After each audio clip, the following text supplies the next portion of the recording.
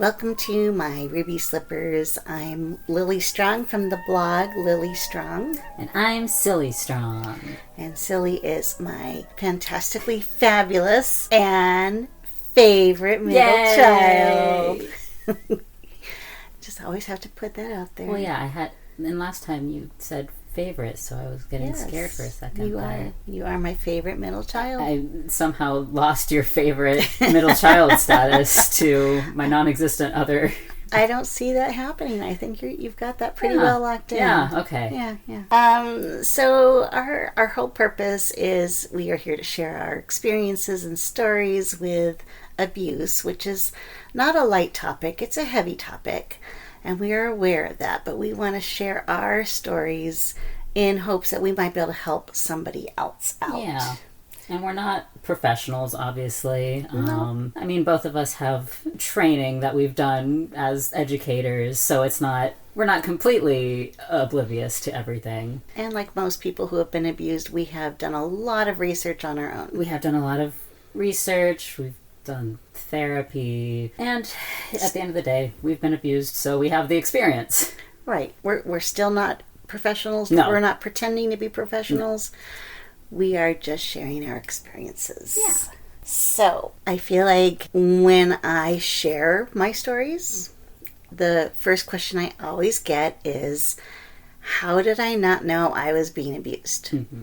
And you had a really good analogy. You came up with a frog. Yeah, I didn't come up with it. It's definitely an analogy that exists, but it's the one where if you put a frog into a pot of boiling water, then it will jump out because it feels that it's hot. But if you put a frog into a pot of room temperature water and then slowly bring it to a boil, it won't feel the gradual changes, so it'll just end up being boiled because it didn't feel those little changes. And that's a big analogy used for...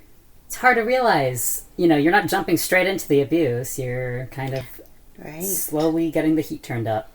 So in answer to the question of how did I not know, it started slow and it heated up slowly. Mm-hmm. And I didn't realize until it was a really big mess. I started dating my abuser, who was my husband. And my father. I started dating him when I was 17. I was really young. Mm-hmm. And the boyfriend I'd had before him was not a great guy. And that had been an unhealthy relationship. Right. So when your dad appeared, he seemed like Prince Charming. Yeah. And he was, could do no wrong. And then again, on top of that, he was love bombing me and giving me gifts and so much attention and words of affirmation. And also, you were Christian and so was he. So he, you're supposed to date a good Christian man and all of that. So... And during that time in my youth group, there was a lot of talk about the equally and unequally yoked and how you were supposed to marry somebody who was equally yoked. And that basically means somebody who's in the same faith. I was going to say yoked, like an egg yolk. And so, I found my Christian, mm-hmm. and he came from a family that I liked, and my family liked him. And I had no idea that I was jumping into a pot. Yeah. Because the water was not boiling yet. No. It was still comfortable. Mm-hmm. And that's where a lot of abuse does start. Yeah. Is you feel comfortable until it starts raging out of control. Yeah. I am very much a soft person. Right. I am a people pleaser. I try to make people happy. And that was true before you were even... Mm-hmm. That's just who I am. Yeah. But I'm kind of... a target. I'm a perfect target because somebody else can say, ooh, this person's going to do everything in their power to make me happy. Right. And that is a real power trip. Yeah, and it's definitely one of those things where it's not like bad people are out to get you. Nope.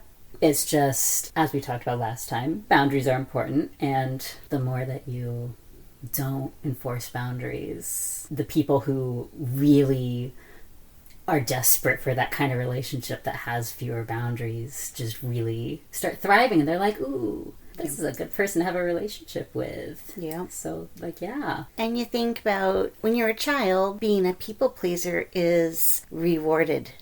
Oh, yeah. You know, Yeah. it's like if you're trying to be friends with everybody, you're a good person. If you're quiet in class, you're the good student. Yeah. And you know, there's all these constant heaps of praise put on a person who is a people pleaser. For sure. But that just makes us crave more. Actually, what it does is it makes it way worse when you do something that does not please somebody. Oh, absolutely. Like all of a sudden it's like, there's a teacher upset with me? Oh no. Right. Oh no, this is devastating. Yeah. This is the end of my world and my entire identity. Yes, Yeah. yes, exactly. So when you get into a relationship where you're trying to be a people pleaser and you're getting a lot of that positive affirmation at Yes. first, it kind of creates like a little cycle where you're craving more. Right. Yeah, and you feel like you're a good person stepping up for your partner. Right. All of that. It's like, okay, I'm a wonderful person. I'm a good partner and all of that. Yeah, I can see that. Yep. Yeah. Especially being young with a person you think everybody approves of, Right. everyone likes. It's the right person you think you should be marrying because you're. We're going to spend a whole other other podcast episode, just yeah. on spiritual abuse. Yeah. Yeah, it's hard to see that maybe it's not right. Mm-hmm. Because no relationship is ever going to be perfect. No. And you just think, well, this is pretty good. It must be good enough. Right. Which sounds really sad when I say it out loud. You just don't see, you don't look for, Yeah. is this really healthy? Right. And yeah, love bombing, oh, that's a whole nother thing too. Love bombing feels good. It does. It really does. And that doesn't always signal that it's a bad thing. You can have a person who's willing to, who wants to give you a lot of praise or shower you with attention, and it doesn't mean they're love bombing. It might just be right. limerence that you taught me last week. Although I will say, I looked up the definition of limerence afterwards just to like double check, and I know that it can also be used more to talk about like a less healthy obsession. Oh, okay. But I think the way that I defined it last time was also a way that I've heard it used. Mm-hmm. So that's a caveat. But it makes me sad because the word itself is such a nice word. It is. Limerence. It sounds like it's, you know. Limerick. Oh, I was going more with like glimmering and shining, and I don't know. I just Sure. Yeah. Limerence. Limerence. But yeah. So I started dating my abuser very young. Mm-hmm. And we got married started young, boiling. and the pot started boiling, and we moved away from California. We moved to Texas. Yeah. That pulled me away from my family, from my friends, and there's a word for that. It's isolation. Yes.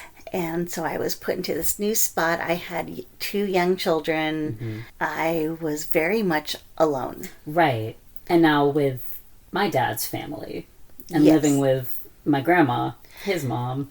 Yeah, to explain that a little more thoroughly, we moved in to their home temporarily that ended up being 20 years. Quote unquote temporarily. yeah.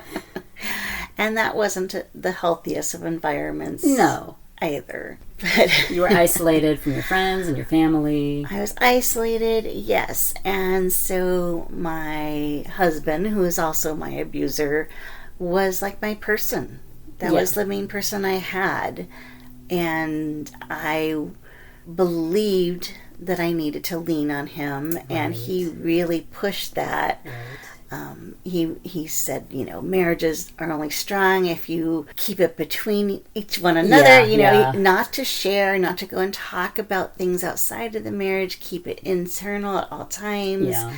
And I kind of was like, yeah, that makes sense. You know, you don't want other people to be weighing in on your marriage, and you don't need outside opinions. And now I see how very wrong that was. Right. And I mean, sorry to interrupt. No, go ahead.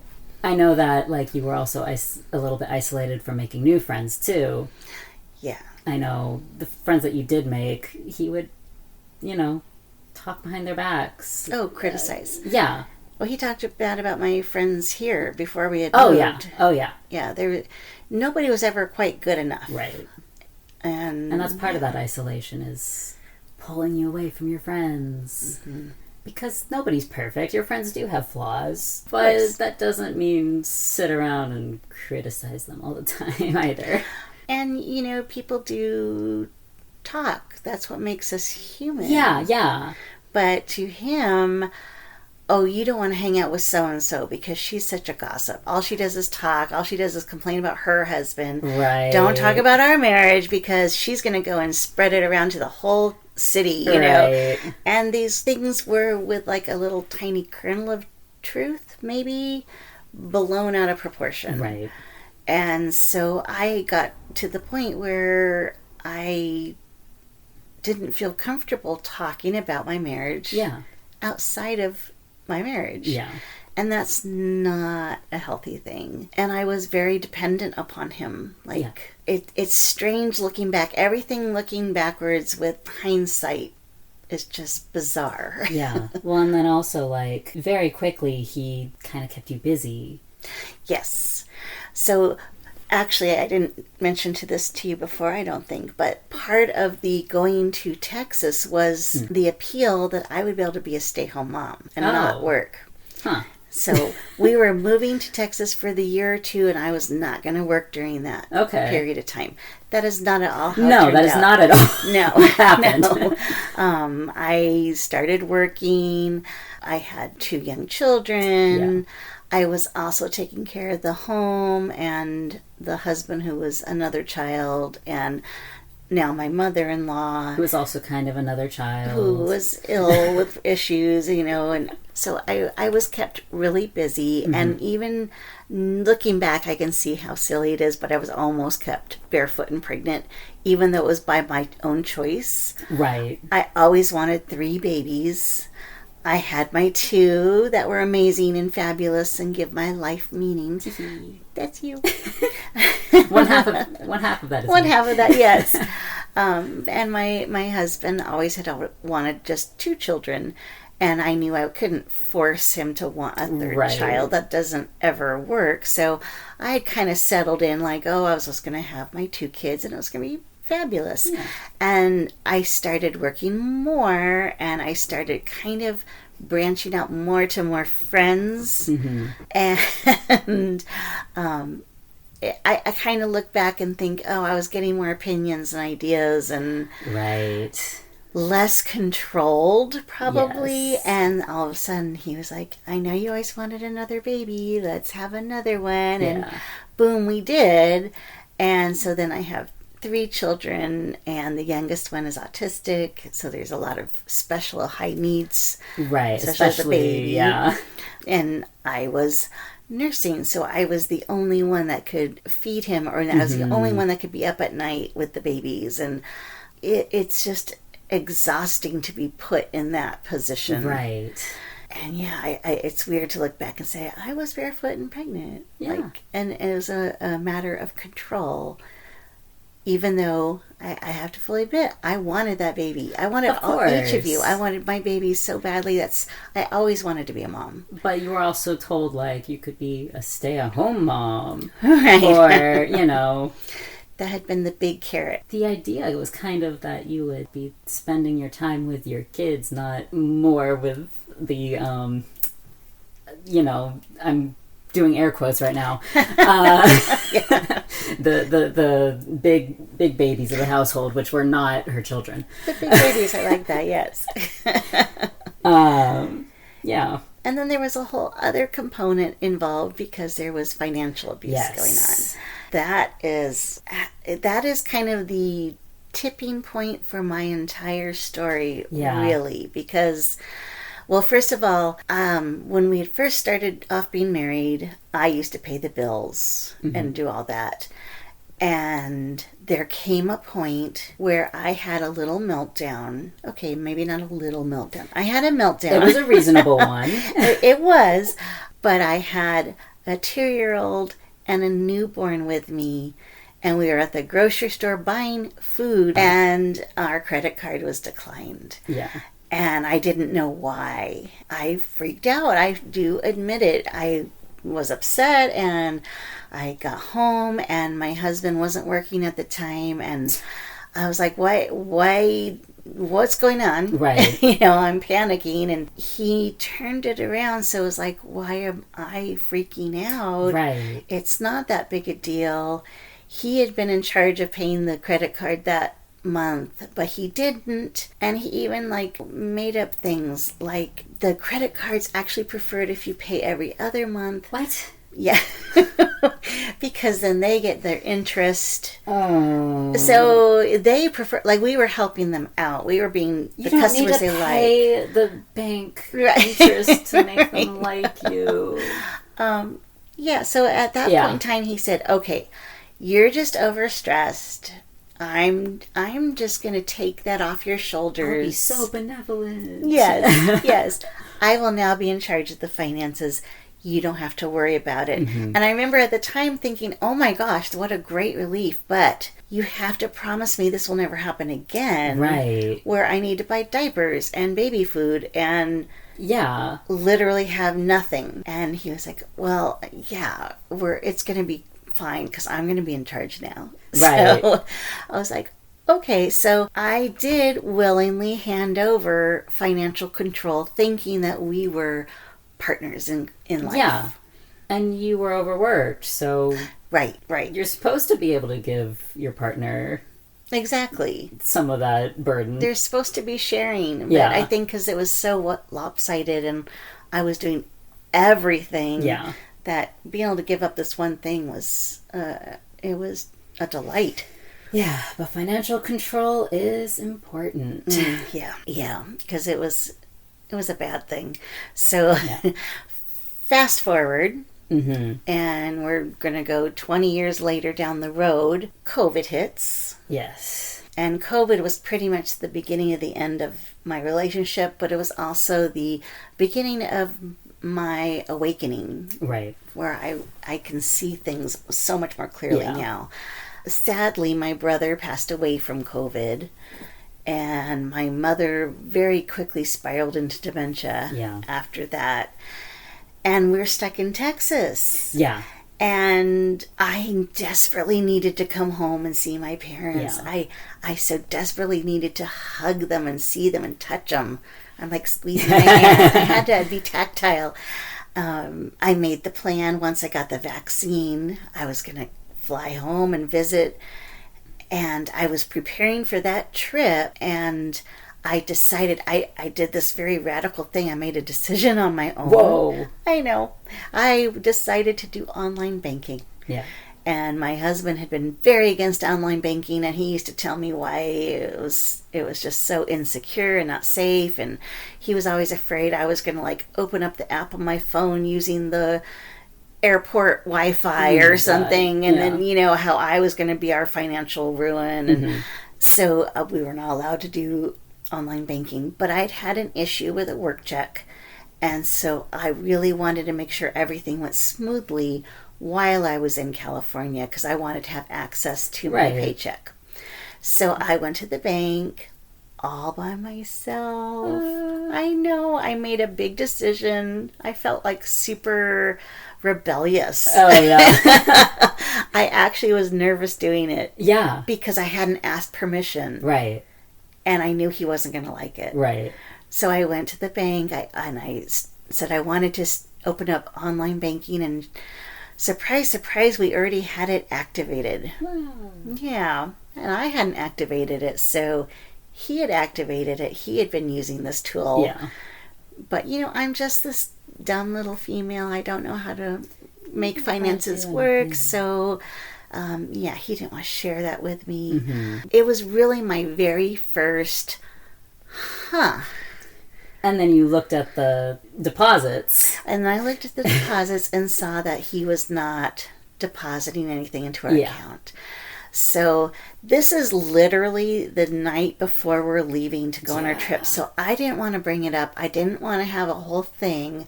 I just needed to get on that plane and get to California. Right. So I tried to pretend like nothing was going on. Now, I'm a terrible poker player. I can't lie to save my life. It was apparent, obviously, that something was wrong with me. And so he actually woke me up in the middle of the night. And I don't think I ever told you this. Yeah, you didn't tell me that part. He woke me up because I'd already gone to bed. He woke me up and I was laying on my back and he was actually like over me, like with his arms on either side of me. He does that, yeah. And it was very intimidating because he's kind of a big guy. Oh, he's a big guy. And so he wakes me up, he's in this position and he's like, I need to know, are you leaving me for another man? Oh my God. And I said, no.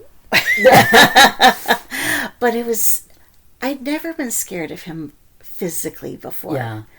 But that was scary to me. Yeah. It was scary enough that I had to address the problem. Right. So I said, no, but I just found something out that I'm really worried about. I discovered that you're not adding to our bank account. Right. What's going on? Do you have a secret bank account somewhere else? And I'm thinking, oh my gosh, she's got a double family, one of those stories. Right. And he was like, no. And then he like leaned back and did kind of like his little withdrawn, like you're hurting my feelings kind of thing. And no, I lost my job and I was too embarrassed to tell you. And I'm like, you lost your job? And he said, yeah, I lost my job in COVID. A lot of people lost work. And it was a big thing. And I was like, okay, so when did you lose your job? And he said, in November. So that was like 6 months. I was like, okay. I looked at bank records for 5 years. Right. For 5 years, you don't have any check deposits into our account, just mine. And he's like, oh, well, before that, my work check just went automatically to pay the bills. Which, I like your reaction there. That's not a thing. Not a thing. It's kind of like child support. Like, you have to have it right, court ordered. But I was just like, we were up all night long talking about it. And, I mean, it sickens me now to think about it because I was consoling him. Yeah. Like, no, I'm not leaving you. I'll never leave you. You're my husband. And I'm married for life because I really did feel that way. Right. But he was manipulating the whole situation. Yeah. And I can see now how he was trying to look ahead steps. Like, if I say this, she'll do this. Right. The manipulation. And it just shows even more how I didn't see I was in the pot of water that was heating up because where I was just going in trusting, he was going in manipulating. Right. And that's just the way he is. And if I can interject, because you hadn't told me the whole waking you up in the middle of the night bit. Yeah. And that's a big abuse thing, is interrupting sleep. Oh. That's a big abuse tactic that is used a lot because it wears you down and it's entirely breaking your boundaries because it's like, oh, you don't need sleep. I need you right now. That type of a thing. Wow. So that is a huge red flag right there by itself. That's interesting. Yep. Especially when it's the night before you're going to go to the airport and visit, which is all, you were taking us with you. Right. It was going to be airports are stressful. It was flying during COVID. Yeah, so that too. Even though I was taking 2 of my 3 children and they were older, adults, teenagers, I guess he was and one adult. But still, it was just a lot to coordinate. And I try to always be in charge of everything. And, the COVID point, and your brother had just passed from it. So it was a stressful time. And then he's interrupting your sleep. Just no thought. Right. But anyways, that was... But then when I found out, I didn't think... I did think about there was a double family, possibly. Right.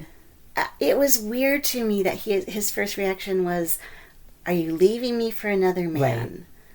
Right. When did I have time or energy to go find another man? The point I was actually getting at, I remembered it mid-sentence. If he had woken you up in the middle of the night, physically constraining you, not, trapping you. I was trapped. He wasn't holding me down at all. But he's held me down, so I know that's something that he does. You were trapped, woken up in the middle of the night before a stressful day, asking if you were cheating on him. If he had done that in the first few months of your relationship, I think you would have walked away. Right. But that's one of those things that it had been 20 years of marriage. Yeah. well, actually, it had been almost 30. It had been 30 years of almost, marriage. I'm not good at math. I am good at math. You are good at I am good at math. I'm just not thinking about the timeline right now. I was like, I was like 20. It's that boiling pot. Yeah. Yeah. You didn't see it coming. Yeah. And it's funny you say that because I did write that poem that I have on my blog about, but he never hit me. Yeah. And it's like, oh, he's so nice. And maybe little things are popping up, but he never hit me. And at the end of the poem, I say, I just wish he had hit me. Yeah. The very first date. And then I would have seen what was coming. Yeah. And that would have made such a difference. But I wouldn't have you. Well, this is true. Yeah. And you guys are my greatest achievements. So I cannot regret that because I have amazing children. You can never do what ifs.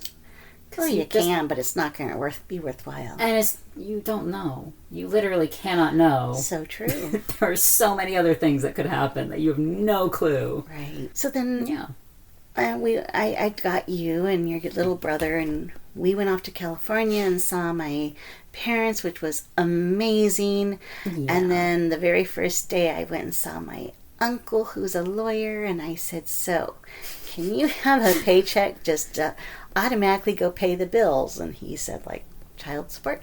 I'm like, yeah. And Did you say he laughed? Yeah, he laughed. He said, no judge in this planet is going to do a court order for that. No employee is going to willingly say, oh, here, let me figure out your bills for you. Yet nothing about it was... That'd be an HR nightmare for the employer. Oh, I know. Can you imagine? Oh, my gosh. So I had backing. And my uncle loves me very much. He's married to a wonderful woman who is a therapist. And he said, is it all right with you if I share this with my wife? I think you need to talk to somebody. Right. And I'm like, yeah, I'm not really ready to like go into therapy right now. Everything's still just like, it was like there was like this little tiny drip. Right. From the faucet. It wasn't the full flood. Yeah. But I could feel the pressure building up in the lips. And it was just a lot. I almost felt like this is going to be life-changing. Yeah. Can I hide my head back in the sand? Yeah, I mean, your life was already changing. Yeah. So much between everything with your family and, your oldest son was moving away soon to work. Yeah. You were in college. I was in college. There was a lot of changes happening in general to your life. Right. So another big one is scary. And my abuser used that against me. Yeah. I was also 50. Yes. I was going through the beginnings of menopause. I had hot flashes that were not flashes. It was just lava days. Right. I would walk around with the frog tug around my neck all day long because they were so bad. And he would remind me, the little subtle digs, Yeah. Remember, you're going through a hormonal change. You're going through a big amount of changes with your hormones. And when you hear that over and over again, you think, oh my gosh, I'm just hormonal. Right. And that's not healthy. And these are things that you remember from when you were already starting to be suspicious. The things that were said similar to this when you weren't even suspicious yet, right, were already constant. Right. Being a female meant I was not ever going to be rational or logical. Right. In fact, here, I have probably never told you this either, but he did tell me, because all three of you guys are slightly on the spectrum. Right. I'm talking about my children. Right. He used to say that I was on the spectrum as well because I was pretty logical for a female. Oh, that part. I know you had said that you were probably on the spectrum, but... Yeah, no, that was his basis for saying that, because I was fairly logical for female. That's so wild. Yeah. Just because you're logical. Yeah. Yeah. Everything is about control. Yeah.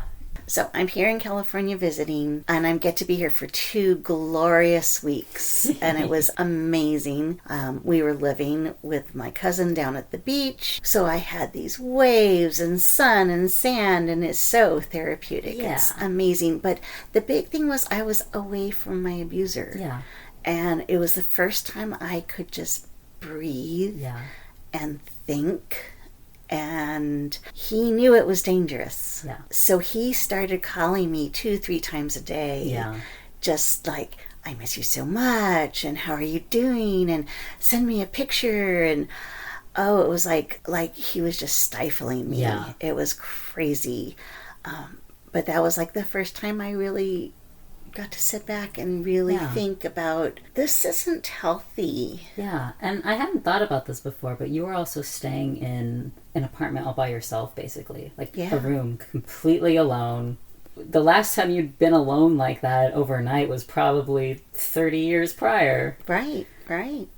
Yeah. And, once we moved to Texas, I was in my mother-in-law's home. It wasn't even my own space. Right. So, this was, even though it wasn't my apartment, I had my own space. I could just breathe. Yeah. And it was really amazing. But he saw the danger of it and was constantly calling and texting, and you didn't even know what was going on at the time, but you said that you had noticed. I think I noticed it more when we were at home. The clinginess of him. You couldn't go anywhere without him, basically. Yeah. He's suddenly interested in going to the store, but yeah, that's right. And taking you to the movies and blah blah blah. Even when we were visiting California, it was like he's calling like every day, 2-3 times, and I don't think I noticed that constant level of it. It was overwhelming. Yeah, very much so. And then he came up with this revelation. He said, "I've got something I need to admit to you." And I was like, "Oh my gosh, you cheated on me." That was where my mind went. Right. And he's like, no, but I do have a problem. And I had brought it up at some point in time, and he had, knocked it down. But now he's like, I'm admitting that you were onto something. I think I have a little bit of a problem with porn. Right. And I was like, okay. Not the problem here. Yeah. And he was really focusing on that. I'm like, okay, can we get back to you were lying about our finances. Right. And you still hadn't told me the truth at that point in time. I discovered that he had lost his job not 6 months prior, but at least 5 years prior. And then from there, I found out it had been at least 15 years. Right. So this is a person who had said, bye, I'm going to work every day for 15 years. Yeah. And then would go off and do these other things. Mm-hmm. This is okay, well, I'm going to swear, and I don't usually swear. This is a mind fuck. Yeah. Seriously. And I was just like, what? But he was trying swiftly to change the tide, and wanted me to focus on this porn problem. And he wouldn't call it an addiction at the time. We just said it was a problem. It was an addiction. He's too strong to have addictions. So, it was a problem. But he's a man, and he's admitting it. He's facing it to all his problems, and he's going to fix it. Yeah. And I'm like, okay, great, but what about the lying? Right. And he was like, no, you don't understand. Watching porn is almost like I'm cheating on you. And that's a really big problem. Yeah. And now I look at it back, and I'm like, well, what's the one clear reason why the Bible says divorce is okay is cheating. Yeah, yeah. And he was trying to take that off the table. He was already looking ahead to the divorce. God, yeah. And trying to stop it. And I was still just trying to figure out what's real, what's not real. I wasn't even thinking of divorce. You were thinking about, like, we don't have equity on our house. I didn't know still. Yeah, yeah. And that was part of the craziness. I had no idea how deep his lies were. Right. And so to try to tell me what I should be upset about was upsetting. Yeah, yeah. I wanted to be upset about what was upsetting me. Right. And I think, again, like, that, like, spiritual, like, it's a porn problem, so I'm going to start going to church and be a better man, husband. Yeah. That's so easy to do. It's so easy to just wake up in the morning and go to church and say you're becoming Right. a better person for Right. it. It's a lot harder to fix, 15 years of financial negligence. Yeah. And just for our listeners, we are talking about years. Yes. 15 years at least. At least. I We still do don't not know. We do not know the whole story. Yeah. And that's something I've had to kind of let go, Yep. and just be able to move forward and past and try to heal without knowing the whole truth. Because Yep. I don't believe, not hypothetical, pathological liars. You don't ever know what the real truth is. Yeah. It's just And if impossible. there's no proof that you can find anywhere else, it's like, okay. The only job you know for sure that he had was with your dad. Oh my gosh, that's true. That's true. Like, I have no proof that he ever worked in Texas, even Yeah. though I think he did. Yeah. Oh, that's just wild. Messes with the mind. It does. Anyways, I was in California for 2 weeks, and I talked to my cousin and to my uncle's wife and a few people who are all gloriously licensed therapists. Right. I just feel like God has put these people in my life. Yep. And they were like, no, you cannot explain this away. No, this is wrong. And that helped me incredibly so. So Right. instead of not talking about my marriage, I actually was. Yeah. And I was getting crazy reports and, things that I had just been kind of groomed to accept as being normal. Turns out they're not. Right. But those 2 weeks, if I hadn't had those 2 weeks in California, I don't know how long it would have taken me. Yeah. But I went back home to Texas, and I was like, oh, this is a mess. Right. And you've got to do better. You're going to have to do a lot better. And I was sure he had cheated on me, but he would not admit to it. And then one day I was at work, he called me up and he said, this is going to sound sappy, but he said it like this: God has put it on my heart that I have to tell you the truth. Uh-huh. And I hate it when people hide behind God. Oh, yeah. Because, yeah, I don't think that's right. No. But he said, I have to tell you the truth. I'm actually incapable of lying right now. It's impossible. I can't lie. Right. Can you pick me up? We need to have a talk. And I was like, okay, so I'm at work. I'm the only one of us that's working right now. Shouldn't I stay at work? Uh-huh. But he was adamant, so I left, picked him up. We went and sat in a parking lot in the car, and we were talking, and he said, okay, so I am just wiped clean, and I have to tell the truth. So ask me anything you want. And I was like, wait, what? Yeah. Ask you anything I want? No, that's not the way this is going to work. I don't know. I have no idea what you've lied about. Right. You have to come clean. And he's like, I just don't even know what you want to know. I'm like, I want to know everything. Yeah. What have you lied about? I didn't realize that he had told me more lies than truths. Right. It was probably impossible for him to tell me everything he had lied about. It's true. I finally just thought about it, and I said, okay, there's one thing that's always bugged me. Our first year when we were married, we both graduated from college. Yeah. And I walked in my ceremony. He did not. I proudly hung up my diploma in a frame and everything. He never even got his, as far as I know. So I brought up that, and I said, okay, tell me, did you really graduate from college? And at first he said, yes, and no, I actually didn't. I missed it by like one class, and I didn't want to tell you.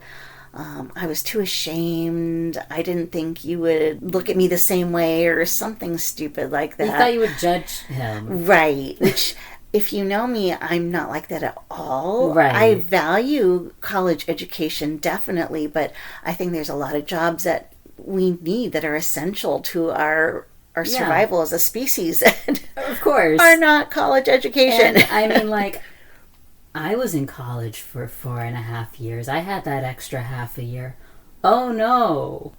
Right? Like, people don't care. That's normal. Right. People take extra semesters all the time. Right. So it's like, well, he made it up in his head. He made it up in his head, and he made it up as an excuse Yes. to not be truthful with me. Yep. And even when he was admitting to the lie, he was still lying, because he said I only needed like 1 or 2 classes. That ended up being more like he still needed an entire year of schooling. Probably even more, because again, I don't know. We don't know. Don't know the depth. Yeah. And I just have to kind of let it go. But at that point in time, I was like, I have to leave. Yeah. I can't be here. I need to go away. Yeah. And my mom had been in dementia, spiraling into dementia, so I came out to California to take care of her for a while. That was the official story. The official story. So yeah, you and your older brother. Well, my older brother knew a little bit. He knew the financial stuff, right? He did know that he had been out of work, but he didn't know for how long. He didn't know the length of it either. I just know he knew something before I did, because I knew that he was out of work for COVID, quote unquote. Mm-hmm. And then I took your older brother. I don't remember where we were driving, but we were driving somewhere. I remember just driving out in the Texas countryside somewhere. Were you getting the passport? Maybe that's what it was. Because he had to get a passport for his job. Maybe that's what it was, yeah. So I remember talking to him then, just saying, so I know your dad told you this, but there's more to it than that. And it was just one of those things like, okay, so I know he hasn't had a job for 5 years. Right. And, he just sat there quietly, and you can just see the wheels turning. And I'm like, and I think it's been longer. And then you can just see the wheels turning. We probably shouldn't get on a side tangent, but it broke my heart, because you can just see all the plays he didn't go to because of work. Yeah. All the things he missed because he was at work. Right. All the, the blustering of, I'm so important to be able to provide this for you because of work. Right. That's hard. I mean, understand as a child, it's... Well, and I was saying, the part that I always think about is how he would say Saturdays are my big hard work days, where there's like physical labor and I have to pick things up, and I come home and my back is so sore. And then it turned out that was his board game night with his buddies. Yep. So he was just like at his friend's house the full day playing board games, so he was sore because he was sitting in a chair the whole time. And then he'd be like, oh, give me a massage. Oh, I'm so tired. Run downstairs and get a drink for me because I'm so tired. Yeah. Uh-huh. Every week for years. And we were all waiting on him hand and foot. Come on, man. That's just dumb. It really is. But it really does show. Yeah. Again, going back to the frog in the pot. We thought we were being good people. Right. And taking care of our family. And yeah. He was just trying to get away with as much as he could. Yeah. According to the Oxford Advanced Learner's Dictionary, an abuser is someone who uses something in a bad way, especially to the point of harm, or who treats another person or animal cruelly, violently, or unfairly. I really think this is where I had my biggest stumbling block, was I'd never imagined a person could be so cruel. So how did I not know? I just couldn't fathom the level of cruelty that a person could inflict on someone else that they supposedly love. Anyways, I have used up our entire time on Lily's story. So we're going to save Silly's story for How Did You Not Know Part 2. Be sure to hit like and subscribe, and you will be notified as soon as part 2 is out. So until we talk again, just remember, like Dorothy, there's no place like home.